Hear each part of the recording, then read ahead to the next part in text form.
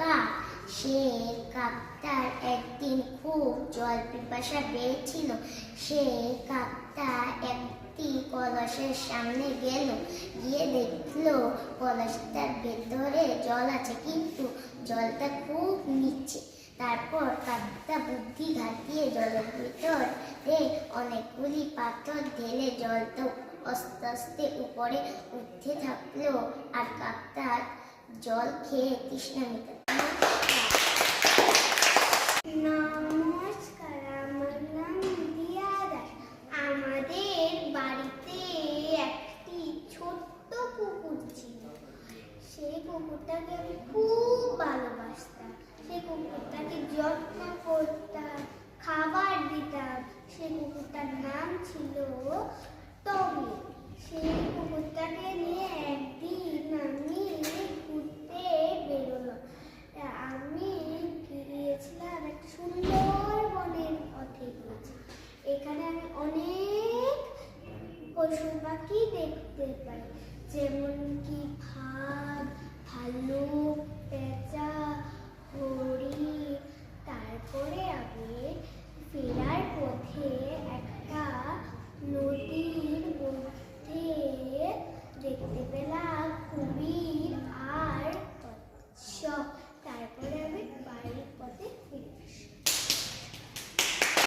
নমস্কার, আমাদের বাড়িতে একটি বিড়াল আছে। সেই বিড়ালটাকে আমি খুব ভালোবাসি। একদিন আমি এই বিড়ালটাকে নিয়ে এক আগরতলা ঘুরতে যাই। তারপরে যখন ঘুরতে যাচ্ছিলাম, বিড়ালটা আমার গাড়ি থেকে নেমে পড়লো। তারপরে আমি এটাকে ধরতে চেষ্টা করছিলাম, তারপরে আমি পাচ্ছিলাম না। তারপরে হাঁপিয়ে গিয়েছিলাম। তারপরে আমি একটি দড়ি দিয়ে ওই তারটাকে পাওয়ার এখানে বেঁধে দিয়েছিলাম, যাতে বিড়ালটা আর ছুটে না যেতে পারে। নমস্কার, একদিন একটা সিংহ ছিল গুহাতে। যখন একটা হাট ছিল, তখন ইঁদুরকে দেখা পেল। ইঁদুরের পিছনে ঘুরতে লাগলো। ইঁদুরটা বলল, মহারাজ, তুমি আমাকে খেও না। সিংহ বলল, খাবো না। এই কথা বলে চলে গেল। যখন যাচ্ছিল, তখন শিকারী গাছের উপর থেকে জাল ফেললো। তখন ও চিৎকার চেঁচামেচি করলো। এই কথা শুনে সব ছাগল, হাতি, বানর, শেয়াল সব এসে দেখলো। যখন ইঁদুরটা শুনলো এই কথা, ও বিপদে পড়ে রয়েছে, এই কথা শুনে ইঁদুরটা দৌড়িয়ে এসে দেখলো ও জালে বিপদে হয়ে রয়েছে। যখন ও কাটতে লাগলো, দাঁত দিয়ে কেটে পর ও মুক্তি করলো সিংহকে। নমস্কার।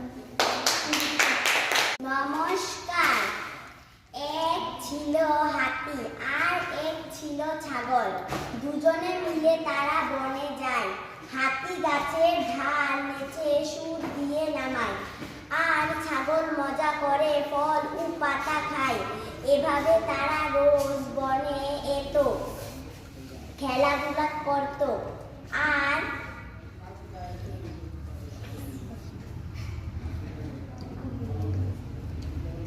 নমস্কার, আমি একটা ছোট এক ছিল হাতি, এক ছিল ছাগল। দুইজন মিলে বনে যায়। হাতি গাছের ডাল সুর দিয়ে নামালো।